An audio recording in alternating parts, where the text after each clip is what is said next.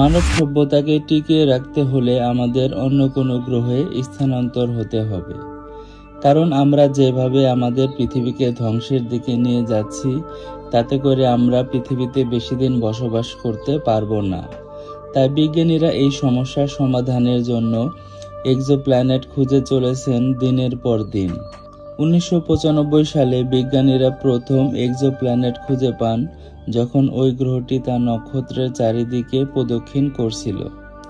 এখন পর্যন্ত আমাদের সোলার সিস্টেমের বাইরে বিজ্ঞানীরা 5000-এরও বেশি এক্সোপ্ল্যানেট খুঁজে পেয়েছেন।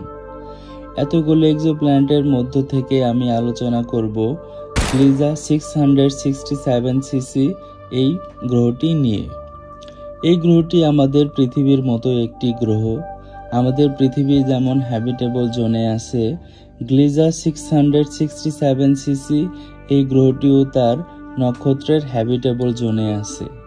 হ্যাবিটেবল জোন কি এটা বুঝতে হলে আমার প্রিভিয়াস ভিডিও অ্যালিয়েন এটা দেখে আসতে পারেন, যেখানে আমি হ্যাবিটেবল জোন কি সেটা এক্সপ্লেন করেছি।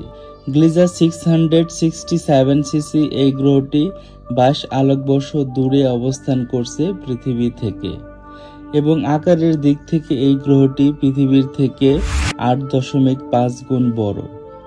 নাসার জেট প্রপালশন ল্যাবরেটরির তথ্য অনুসারে গ্লিজা 667cc গ্রহটি মাত্র 28 দিনে তার হোস্ট নক্ষত্রের চারপাশে একটি কক্ষপথ সম্পূর্ণ করে। কিন্তু এই গ্রহের নক্ষত্রটি আমাদের সূর্যের তুলনায় যথেষ্ট শীতল একটি লাল বামন, তাই এক্সোপ্ল্যানেটটি বাসযোগ্য অঞ্চলে অবস্থিত বলে মনে করা হয়।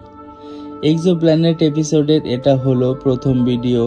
দ্বিতীয় ভিডিওতে কেপলার 22b এই প্ল্যানেট সম্পর্কে আলোচনা করা হবে। যদি ভিডিওটি ভালো লাগে অবশ্যই চ্যানেলটি সাবস্ক্রাইব করবেন আর অবশ্যই কমেন্টস করবেন। ধন্যবাদ।